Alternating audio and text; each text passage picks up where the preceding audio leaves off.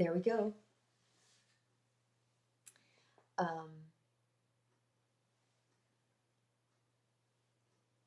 so this is Welcome to the Red Room. And we are almost at 8 o'clock exactly. My clock's over there.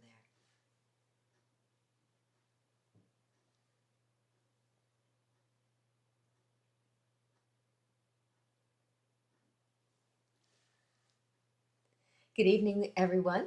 Welcome to the Red Room. I'm Heather Carlisle, and I'm delighted for you to join me and ask me any questions you like tonight.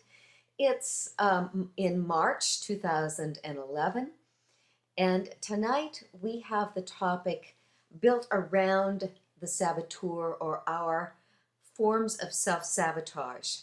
So I've put up there 2 handouts for you if you'd like to print them for yourself. And when you want to type me a question, you'll need to log in a name so that you can type. Otherwise, you can watch anonymously and nobody even knows that you're chiming in. So welcome. Tonight is a topic that comes up regularly, continuously, in all kinds of forms. And you know what they say, I'm my own worst enemy. That the things that get in my way most often are the things that I either am not good at, or I can't do, or I'm not willing to do. And so tonight we're going to befriend the saboteur. How do you sabotage yourself? So I'm going to introduce you to some general patterns. You've probably either done them or you know somebody who does. Patterns of concept and behavior where we get in our own way, where we sabotage ourselves. And the first thing, of course, is to identify those, befriend them, the way I think about it. So we want to know you. I want to make friends with you. I want to get to know you. I want to know what you're doing, why you're doing it, where that came from. And then to find out if we can move forward and become more successful, more happy, more effective in our relationships or our life. So if I think about this in the most approachable sense for us, these are what I call false fears. That our methods of sabotaging ourselves are usually based on false fears. And those false fears, if you really put it into that perspective, are our best teachers. This is the fastest and most effective way we learn, because we look at what's not working and are motivated to do something to improve. And therefore, we're going to look at what it is that we're doing where we sabotage ourselves or get in our own way, and decide to learn something new, something different, something that works better. And so that's the greatest teacher. I love this quote by Corrie. She says, "Worry is a cycle of inefficient thoughts whirling around a center of fear." So sometimes I think of it as we worry ourselves into a place where we're not thinking reasonably, we're not able to move successfully. And it's around a center of fear, usually a false fear. So anytime you would like to ask me a question or chime in, I'm so happy to hear from you. But you'll have to log in with a name so that you can type me a question. And welcome. The false evidence. We wake up and notice we've been in a world created by our inherited traditions. The previous generations, that's what we get. It was like living in a movie and being awakened and shot into a seat in the theater. The world in the movie felt so real to our minds and hearts. We were beautifully fooled by the world we were born into. We were fooled into, oftentimes, a fear fantasy. The evidence of danger was only good enough to fool a child, because when we mature if we haven't been too limited by false beliefs or a culture that's unhealthy, we grow up to say, wait a minute, there's nothing to be afraid of there. Or we say, wait a minute, I'm afraid of that, or I'm defending myself against that, but it's not really that serious, or it's not really that real, which means, you know, sooner or later, we outgrow our self-sabotage. But I'd rather get it done quickly than wait until we're in our 40s, 50s, 60s, 70s to finally get it that what we're afraid of really is of very little consequence. And to give the caveat that that kind of safety is not always in our lives. Sometimes there are real dangers, but most of the time self-sabotage is based on what I think of as false fears. So now that we can see the truth from the adult state, we cautiously explore the new world. Some near us still live in the old fear-based scripts, but some are also awake, metaphorically, you know. We can go and find those who still live in fear and who will agree and eagerly substantiate our false fears that I'm not good enough, or I'm not successful enough, or I'm not safe enough, or this relationship isn't good enough for me, whatever it is. Or we can stretch and smile as we discover the truth, that it's a false fear. Let's explore the truth of you and the world. Let's expose the false evidence about danger and affirm the truth of the goodness that we have. The clues to your self-sabotage usually lie in the attitudes, self-talks, and beliefs of the personality formed inside you when you were a child. This class, this material tonight, will help you to identify your fear-based style of being your own worst enemy. So, using these great teachers, as we grow, we use the wisdom gained through experience to be strong and true to ourselves rather than the fears formed in us when we were young and vulnerable. We come to mature empowerment by using our strengths to recognize the childhood wounds. We see clearly how we develop the roles or the behavior patterns of feeling like we're an orphan, we're going to be abandoned, a victim, or low self-esteem, a betrayer or a cheater or a saint, a saboteur, where we don't regulate our energy either strongly enough or softly enough. So let's look at the first handout that I gave you, which is these 8 lifetime dilemmas. And you'll forgive me, I've got it all marked up. I made this up to give us a larger picture and a specific view of what I think of as the continua of finding what works in life. And you've heard me before if you've tuned into the Red Room or encountered me as a teacher or a therapist, that we have this dance that's freely given to us about making decisions and finding ourselves going a little too far this way or finding ourselves going a little too far that way, and learning what works and then finding the strengths of both ends of that continuum. So there are 8 continua, but really the last 2 I think are kind of combined, but those elements were so, we articulate them differently, so I wanted to do that.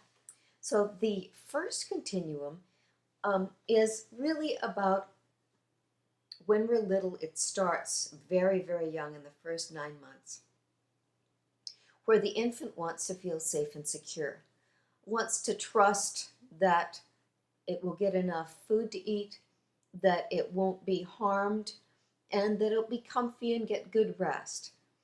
And so in those early stages, we learn the sense of comfort, safety, and security. Don't even really need to articulate it because it's just there. But if an infant is in some way deprived or wounded or abandoned in some way where it's not safe and secure, then it will become what we call the orphan, being suspicious. Now the other thing is, if everything is safe and everything is secure, then the child has a sense of everything in life, all the people in life are safe and secure. And truth to tell, that's not always the case. There are some places where we're not safe and secure, and we need to go back towards the place where we will be. And so that then becomes the innocent who is naive. So we want to stay in the sense of feeling safe and secure, but knowing where we need to be to establish that safety and security, because it's not everywhere. So we want to be along that continuum. We can sabotage ourselves by feeling all through life like we're an orphan, like we're not safe and secure, we get suspicious. Or we can sabotage ourselves like I've done in several ways, because I grew up in a largely overprotective environment, which means I was kept safe and secure and not taught that there were things in the world, people in the world, who didn't necessarily behave like trustworthy adults or people with high emotional intelligence. So that continuum is one of the ways that we learn and then self-sabotage, because we don't have a sense of how to hold that energy of trusting and keeping ourselves safe and secure by staying away from the things that are not trustworthy. And then that takes us connected with the second continuum, which has to do with trust radius with other people. Not only are we trusting that we get enough food and protection, but are we safe with other people? And this is when I think about it as the user-taker, pleaser-giver. And both of these behaviors on the ends have to do with manipulating people and the environment to get what you need, to get the love that you need. So the needy person is like Velcro, always wanting to get more love and afraid to be independent. And then on the other end, the person who is selfish and the taker, they don't want to bond unless they're in control and they get what they want, and it's always given to them. So that's a system of self-sabotage if you're too clingy and too needy, or on the other end, if you're too self-centered and unempathetic. Then we've got the third continuum on these dilemmas. One is over on the, and this is about attachment, you've heard of attachment theory, or a sense of belonging in society, belonging in the family, belonging in your tribe or your group. And then on one side, there's the isolated or avoidant person who is detached and doesn't want to be connected, and in some way sabotages themselves because they refuse to be in a good tribe, or to belong, or to be connected. And then there's the other end of the continuum, where it's too enmeshed, too needy, and afraid to be alone, requires other people's presence in order to feel good about themselves. So that social bonding, attachment, belonging in them isn't strong enough where they're okay coming into a room of people. They don't have to latch on to somebody. They're easy in their own sense of self. And then the fifth continuum the fourth one has to do with boundaries and respect. And this is the large umbrella that I think of is emotional intelligence. And incidentally, if you can't chime in, if you can't log in, you might want to email Jack and ask him what to do. So if you can't log in, email Jack. He is at Help Now.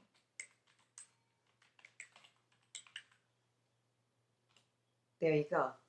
So if you can't log in and you're having a hard time like some people did last week, email Jack or send him your phone number and he'll take care of you while I'm broadcasting. You can depend on him that way. He's always there for me. So I'm talking about this one where in the middle is being respectful. And these are people who have emotional intelligence. No matter how they're buffeted internally by their feelings, they're going to respect themselves and they're going to be respectful of you, which means they're not going to be a bully. They're not going to try and manipulate or control you. And they're also not going to be somebody who is pleasing and manipulative in the sense of wanting to get something from you. A person with emotional intelligence doesn't need, they just want to have connection, and they enjoy being passionate, and they aren't over dramatic and they aren't stiff and tight. They're kind and warm and empathetic and open-hearted. Then we've got the sixth continuum, and this is around character and integrity, doing the right thing. And on one end of that is the righteous betrayer, and this is the judging saint. So when those people get too righteous, too saintly, too judging, and then end up looking down their nose at others, that's going off the scale. That's no longer living with good character and integrity. Just like the corrupt cheater or the person who is an unethical betrayer. Both sides are betraying true character, whether you're judging righteously or you're cheating and doing something unethical and illegal. Isn't this interesting, having the two ends of the continuum to see how being perfect, rightly, and over righteous and saintly is just as unbalanced or unhealthy as being someone who cheats and is corrupt. Okay. Number 7 is about, actually 7 and 8 are about managing your own thoughts, words, behaviors, energy. And this is where we find the pure saboteur. All of these other things, if we go too far on either end of the continuum, we're sabotaging ourselves. This is, in classic depth psychology, the pure saboteur, where on one end is the entitled indulgent or the passive person, and on the other end is the harsh punisher or the aggressive, controlling, dominating person. So this has to do with self-control, with willpower, with having desire, with having will, and moving with that. And neither trying to control the situation or manipulate people by being passive-aggressive, or too indulgent, or too, whatever, nor by being too controlling in the stiff, tight, dominating, bullying sense. And that may be the most difficult thing to look at when it's something you do to yourself. You may not do any of these things to the outside world, but you may be one end or the other sabotaging yourself because of how you feel about yourself, think about yourself, talk to yourself, or allow what you allow yourself to do. So if you have any questions about that, I'm happy to hear from you. And thank you so much for tuning into the Red Room tonight. Okay, so those are, as best as I can figure, the 8 lifetime dilemmas. And at the bottom you say it's purpose. You'll see it's purpose, which is to grow ourselves. And these are the classic human lessons of life.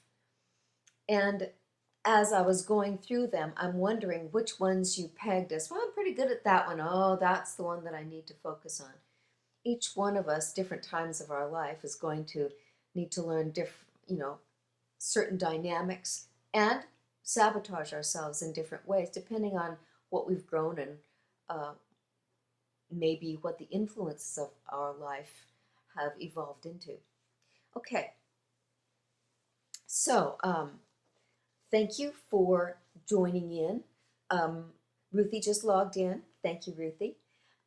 You don't have to log in order to enjoy the Red Room, but when you do log in, then you can type me questions and I can see what you'd like to say. And I love that. So we've just kind of moved through. I wanted to give you the big picture, as I always do, of the dilemmas, the 8 lifetime dilemmas. And now, as I was wanting to share with you tonight, how do you sabotage yourself? So I'm going to move through 4 different categories of those false fears and just see which ones are the ones that you need to work on. Most of them you'll probably do fine with. So first of all, I have the orphan archetype, and this is one of your handouts if you can print it out for yourself. And this orphan archetype, remember, one end is the orphan, the other end is the innocent. And this person who gets in their own way with this dynamic lacks emotional intelligence and an ability to be intimate and to feel like they belong, and they're not necessarily afraid that somebody's going to abandon them. Or they also aren't too naive in the sense that they think that the whole world is sweetness and light. So I've got 6 different patterns in this false fear as the ways that we self-sabotage, get in our own way. So let me read them. Needy, isolated, selfish, be a problem, charming, and unemotional. So the first one, when we are needy, this is interpersonal connections are over-emotional, enmeshed, or dependent. You require too much tied with people rather than being respectful and separate, that you try to connect or control or get something from somebody because you're not comfortable without that overly tight bond. Be the nice guy or the nice gal by being a pleaser or giver, and in that sense manipulating the other person to get what you need and want. And doing the pleasing and giving, but in a certain way, sabotage yourself by putting your own needs under the carpet or to the side or shadowed or hidden. Boundaries are too loose with fear of being alone, of lacking attention, or of being unwanted, which means, you know what they say, too much information. Somebody with loose boundaries is going to tell too much private information because they're too eager to get connected. They want to share more than is appropriate in order to get a bond with the other person, rather than being appropriate and respectful and letting the other person do as they please, rather than needing to have them give something or behave in some certain way. Isolated. Interpersonal connections are emotionally cold, distanced, or indifferent. Boundaries are too tight to avoid emotional connection, causing an undeveloped ability for intimacy. So this person then, instead of being too close and wanting to connect, is isolated and doesn't want to be involved in relationships because they don't trust those relationships. Then selfish. This is another way we sabotage ourselves. We feel self-pity or sorry for ourselves and look for our needs to be met without empathy for others or consideration for others or their needs.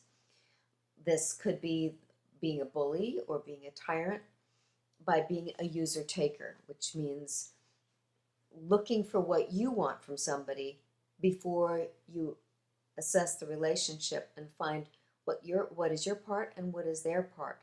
And I find that people who get into relationships too young often come to me with this problem where they tell me how the other person is not meeting their needs. And so one person says, this is the problem with my spouse, and then the other person says, well, this is the problem with my spouse. And mature people aren't going to point the finger. They're going to say, what's my responsibility, and how do I improve this relationship, and what is it that you need? So selfish people play the victim and become bullying, and they don't really create a bonded relationship or an intimate relationship because they hold themselves out. Be a problem.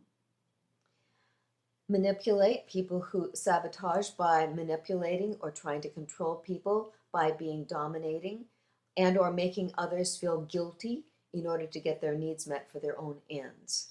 So people who want to be a problem are again sabotaging themselves and their relationships by behaving in an immature way and a self-centered way, oftentimes using that against themselves in their relationships, even though they're being a problem for somebody else. Charming. There are people who sabotage themselves by being charming because they make promises that sound good to them, but that they cannot possibly keep. They develop a pattern of unreliability, using their engaging interpersonal abilities as a substitute for effort or achievement or efficiency or accountability. So as I'm going through these, I'm wondering if you're thinking about the ones that maybe you use sometimes or all the time, or if somebody in your life uses these things and ends up sabotaging themselves or your relationship. And then the last one is unemotional, where people focus too much on the intellect and action to the detriment of relationships and understanding. Then there's a lack of emotional self-awareness. They rarely cry, they lack warmth, playfulness, and passion, and they have difficulty in connecting with others in giving and receiving affection. So by being unemotional, we sabotage ourselves in our relationships. And first of all, in our relationship to ourselves, to be kind and sensitive to what goes on deeply inside us. So those are the 6 scenarios of sabotage based around the false fear of the orphan, where people are afraid that they're going to be lonely, they're never going to find somebody if they break up this ineffective relationship, or they're afraid that if they walk away from a difficult family member that they'll be lost, alone, and feeling scared, feeling guilty about whatever they did. So does that make sense? Anybody have any questions about this particular part? That's the first big teacher, is the orphan. And then we have 3 other teachers: the victim, the betrayer, and the saboteur. Those are the 3 ones that I'm going over tonight. And this is in your handout that you can see in print if you like, if you can. The victim archetype lacks self-esteem or a sense of worthy identity. And if you look on your dilemma list, that's the 5th continuum on your dilemma list, which is about being, if it's healthy, you don't sabotage yourself when you're confident and feel like you're a worthy person. The way you sabotage yourself here is, on one end, you become a dominating bully, to be an aggressive victim, because the bully says, well, it wasn't my fault, you have to change it, and it's all your fault, and I'm going to give you consequences if you don't take care of it. And then on the other end, the unworthy whiner, the passive victim. So let's look at these ways that the victim archetype sabotages us. And there are 5 scenarios here. See if you know if they're in you or somebody that you have to have a relationship with. People who are ignorant, self-doubting, blaming, unworthy, undeserving. So these are the scenarios for the victim. So people sometimes are just ignorant. People without models or traditions of high achievement, the undeveloped, lack information about themselves, where it could be the place they were born into, the culture, the family, the times, and they feel like a victim because they're ignorant. They don't have the knowledge or the skills that they need. Self-doubting people. They block their success by holding high standards they feel they can never possibly meet. Certainly a self-sabotage, right? They attend to and mercilessly emphasize their own faults and failings to such an extent that they do not appreciate what they do accomplish. And so then they get kind of patterned or addicted to putting themselves down, holding themselves back, and doubting themselves. And these are the people that it's so hard when somebody has such a strongly developed sense of low self-esteem that their self-doubting is pervasive and they sabotage themselves all over the place. It's tragic. Then blaming. People put themselves squarely in the victim role by not taking their part or their ability to change it and saying it's all somebody else's fault. So they think their lack of success is due to the misunderstanding, jealousy, and incompetence of others. They generally engage in impressive displays of emotion designed to direct attention away from their own shortcomings or failures. Or they become a bully, or a tyrant, or goody two-shoes trying to take care of everybody, but blaming whatever problems are out there and then say, I'm the victim because it's not my problem, it's somebody else did it. I got a comment from Gloria, thank you dear, and Gloria says, you nailed me, quote, such high standards that I could never meet them, unquote. What can I do about this, she asks. Thank you dear. Well, it's right there in the sentence, isn't it? Such high standards that I could never meet them. Obviously, your standards are going to have to be changed, right? And the topic for tonight is let's befriend your saboteur. So now that part of you that has such high standards, first of all, you and I know many people. We encounter them and we wish that they had high standards. We wish that they expected more of themselves because they're so competent. So high standards are in a nice, balanced, healthy way. They're something that we want our children to develop. We want to have within ourselves. And that means that that part of yourself, the saboteur in you, developed high standards without mature guidance.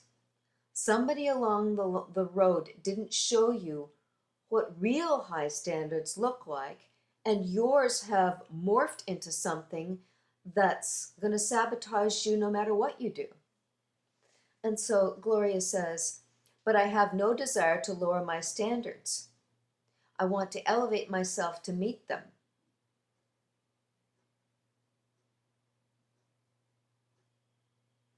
So I'm wondering which part of you is saying this. You know, if you have such high standards that you could never meet them, then what does that tell us? If you could never meet them, there's nothing you can do. You would have to become a saint.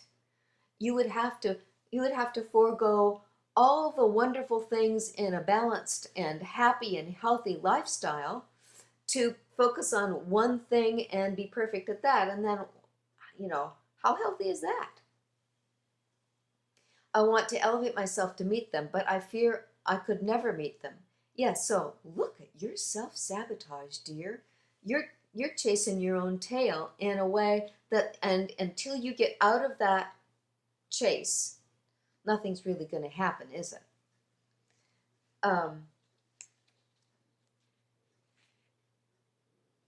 Let me finish going through the victim ones. The next one, after blaming, is unworthy. And Gloria, I want you to think about making friends with that part of you that has these high standards. And it's not you, my dear, because you're looking at what really works. And you're seeing, you know what? It's not working. I can't do this, or I don't have the resources to do it. So let me make friends with that part of myself and find out what's really going on there.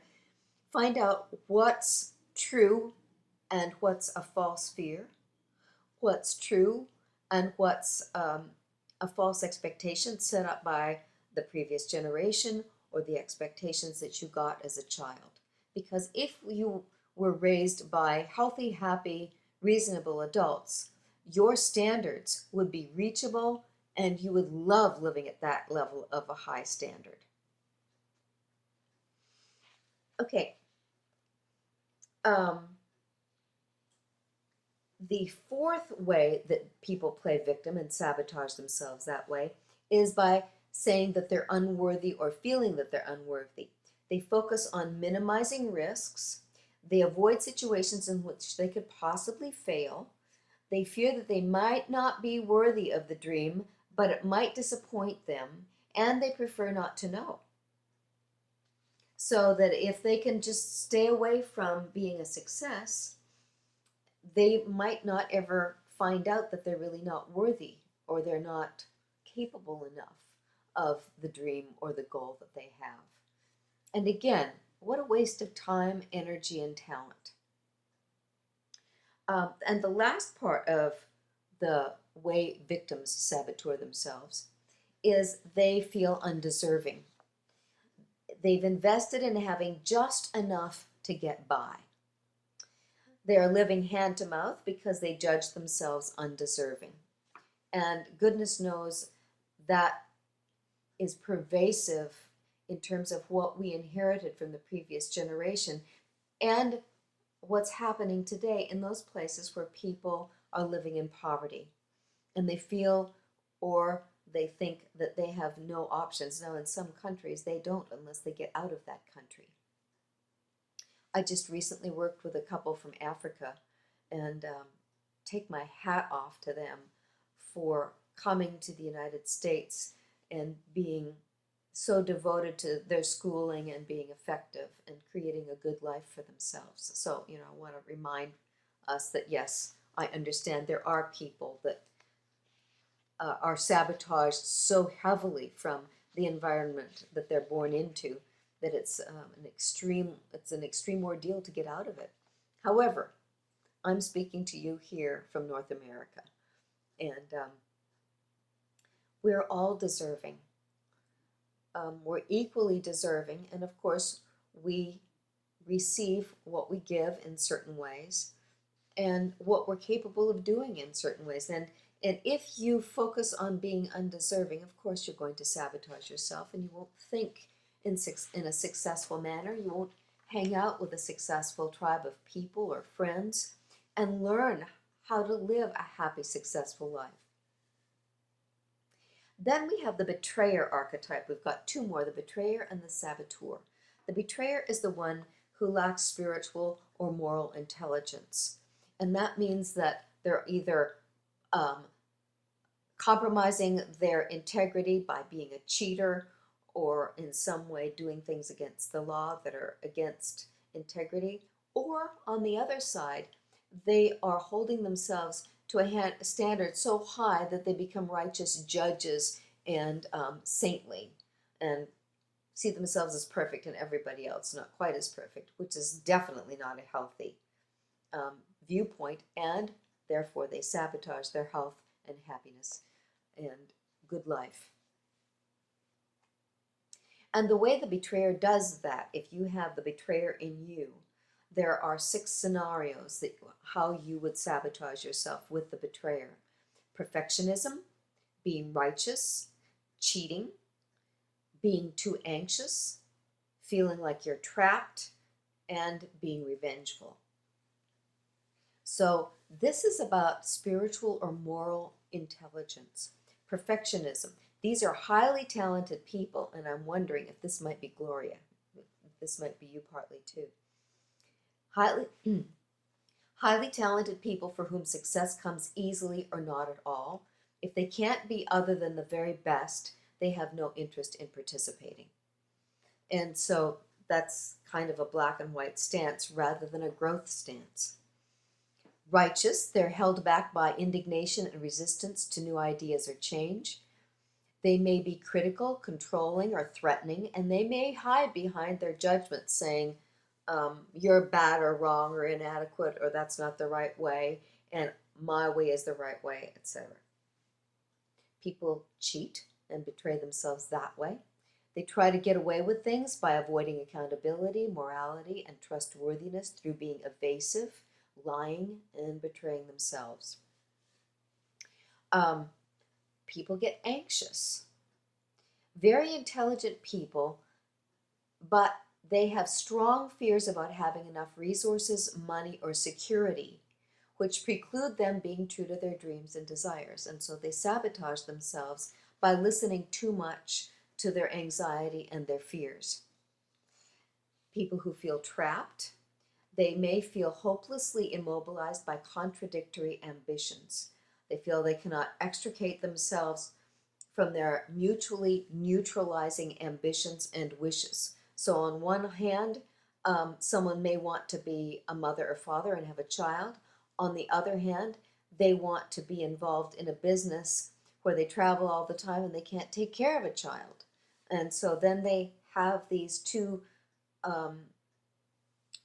pulls on them and feel trapped, which means they need to move through whatever it is in their life to either figure a way to get both or to evolve into one or the other for a time and not keep themselves sabotaged by staying in that sense of being trapped.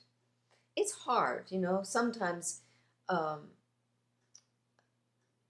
we'll have different parts inside of ourselves who are at odds.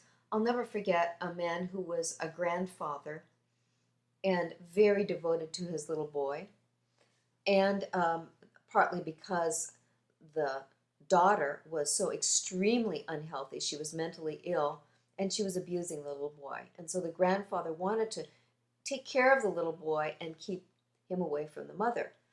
Well, his wife, the grandmother, didn't want to be a mom again. She didn't want to have her grandson to raise and be there all the time. And so this man was trapped in his devotion to his wife and his marriage, and into how he had to be tough love with his daughter, and in how he wanted to protect his little grandson. And so that was a dilemma that he brought to me as a counselor. And we worked through several different options. Gloria says, I am definitely not critical of other people, as you suggested. Cool. So this is not about them. Your saboteur is hard on you. Then this is the classic saboteur, and this is the continuum from the dilemmas, number 7 and number 8, those two different dilemmas, which is really about self-control, personal power, your willpower, how you use your energy. If you have high energy, or if you crank down your energy so that you're de-energized and passive. So on one end, we've got somebody who is entitled and indulgent and passive and too loose, doesn't care, just does the minimum. And on the other end, aggressiveness and harsh punishing of yourself or of others. And then the having ease with your power rather than trying to get control by avoiding and shutting down and just going away, or trying to get control by holding on with being aggressive and dominating. So let's look at the saboteur. And Gloria says, right, exactly, I'm hard on myself. And isn't that what many of us say? And we hear people say to us who love us, you're too hard on yourself. And there you go.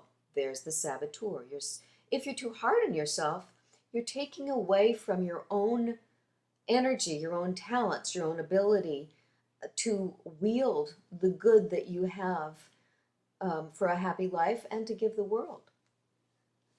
So here are 6 ways that we sabotage ourselves with this ability to either be self-directed and successful or too controlling or too passive. And Gloria says, so my main question is, how can I improve myself without being self-critical? Ah, great question, isn't it? So what we want to do, dear, is we want you to befriend that critical voice. We want you to make friends with that voice that is self-critical, who criticizes you. And I will remind you that a voice that criticizes you is not who you are. It's one of the parts of you that's over here and that probably, back here, criticizes you, says bad things to you, says judgmental things to you, puts you down, whatever it is. That voice is your saboteur. And that voice is not who you are. And until you decide to tell that voice when and what to do, that voice has way too much of your attention and your obedience. So we want to make friends with it and find out, okay, tell me what it is you want. We want to make friends with it. So I improve by discovering my own shortcomings. Yes, you can also improve by finding out what works better, or what makes you feel happy inside, or what gives you a success. This is one of the this is one of those dilemmas where those of us who seek excellence, we're looking for how do we become the best person we can be? How can we make the best difference in the world? And naturally then what happens is we're looking for the places where we can improve. And if we're not careful, we lose sight of the joy and the gratitude of what we already are and what we already have. And taking a break to experience the goodness whom we've become and the goodness that we've created in our lives, so that we, in essence, don't live off of the pursuit of excellence by itself. We come to that place where we really and truly are a loving person. So looking for a place to be better and to be more excellent is a part of it. And again, there's the continuum. If we don't look for excellence, we're probably underachieving. If we look for too much excellence, then we can do nothing but achieve, like those workaholics who sleep at the office. What we want to find is that place of love and gratitude, where we love pursuing excellence and we love stopping to be grateful and delighted in the wonders of having a life and having a personality that can make a difference in the world.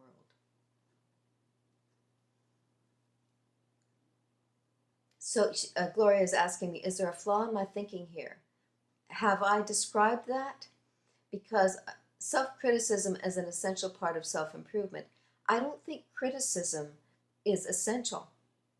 I think finding places to improve are essential. But criticism is a put down. Criticism is a judgment, and it's negative, and I don't stand for that. We're motivated by love, not by domination, power, control, and insults. And if you criticize yourself, that's an insult. I would rather that you make friends with that saboteur, find out what the saboteur wants, befriend, and look for a way to improve out of love for something, out of gratitude for something, out of a passion for something, not out of whipping yourself or putting yourself down or being negative in some way. Am I pointing out the flaw in your thinking? And I know there are people who will disagree with me. This is where I've come to. I want to be motivated by passion, love, kindness, healthy joy. about a longing for something better, rather than being criticizing, judgmental, and in some way insulting. Maybe it's a subtle insult, and yet it's an insult. Again, she says, I see self-criticism as an essential part of self-improvement. So maybe your languaging is just different from mine. Self-criticism, criticizing says there's something bad and wrong. What I would rather say is, here's my teacher. Here's something I want to improve. Here's something I want to grow. Here's something I want to learn. I don't have to criticize myself in order to find those things. I can be kind to myself and say, made a mistake. I'm not going to criticize myself for that. I didn't know. If I made a mistake, it's just that I didn't have the resources, the materials, the knowledge, the health to do it. And there's nothing the matter with me because of that, so I'm not going to criticize myself. It's that I was missing something. And that means, a teacher, which means I want more of something. Does that make sense? So people who procrastinate sabotage themselves, people who stop short, who rebel, who take too much risks, who are too indulgent, and who are too punishing, which is the thing that I'm hearing from you. Now, the way you criticize yourself may not be an insult. So people procrastinate, they postpone major decisions and commitments, they evade permanence, engagement, and seriousness, keep trying out possibilities, but to not engage fully, which means they hold back their power. They don't connect with the fullness of their power and the fullness of their energy to move forward into something. And sometimes it doesn't have to be the perfect thing. We just need to move forward into something in order to go into discovery or to walk through a door to find what our preferred options might be. So procrastination is people who are holding back their energy.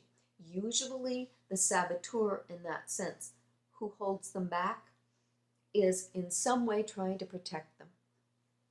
Sometimes we hold ourselves back and procrastinate because we're afraid we don't have the energy and we don't want to waste it, because we're afraid to pick up the phone or call somebody because in the past we were insulted and hurt by something. Perhaps we're procrastinating because if you go to the full extent of our energy and we did it before and we hurt somebody or we were made a fool of, all different reasons why that saboteur is back there not letting us take our full power and move forward.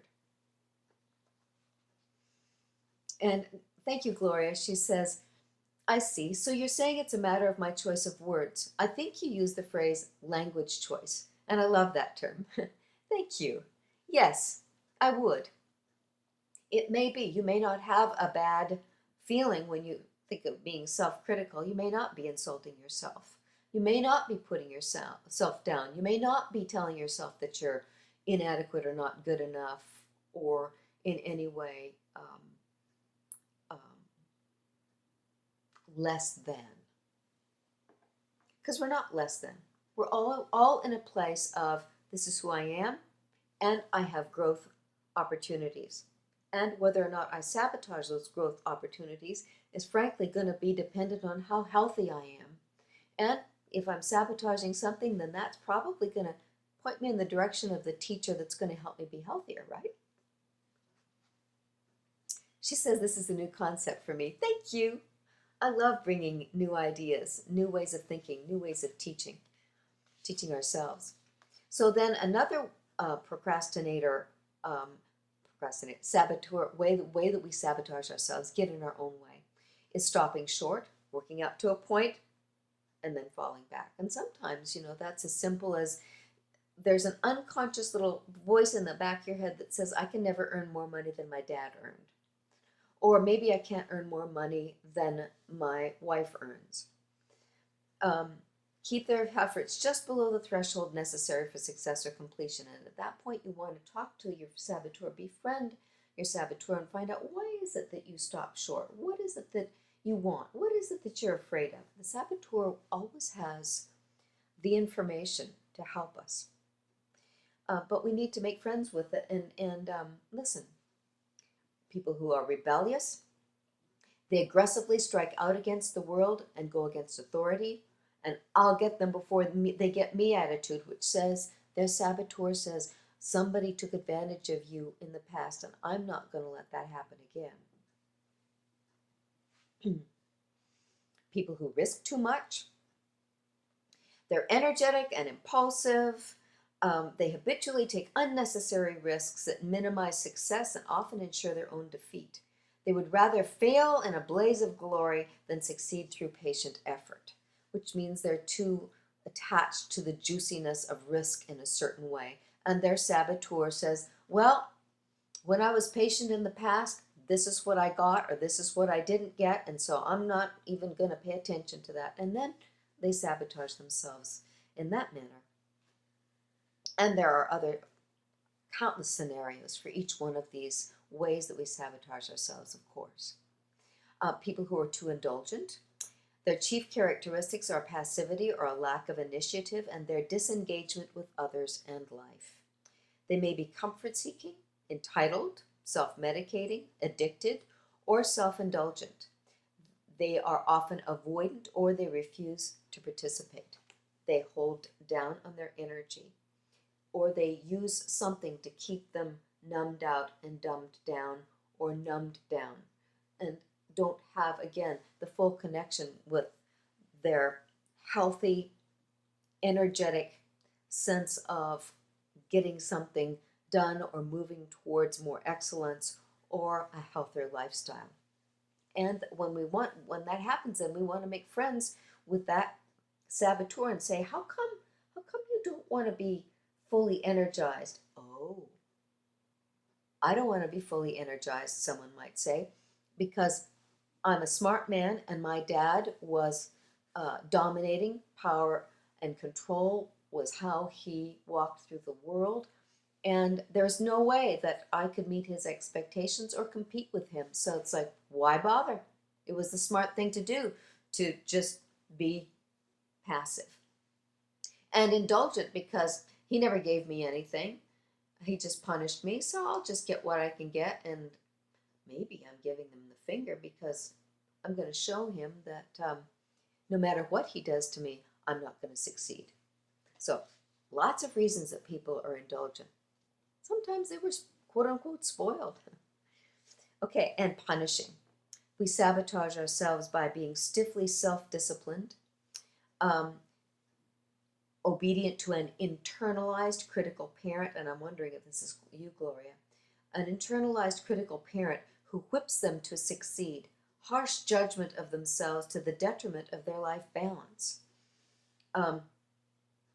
And this internalized critical parent may have come from a very critical parent, a criticizing or guilting or insulting father or mother.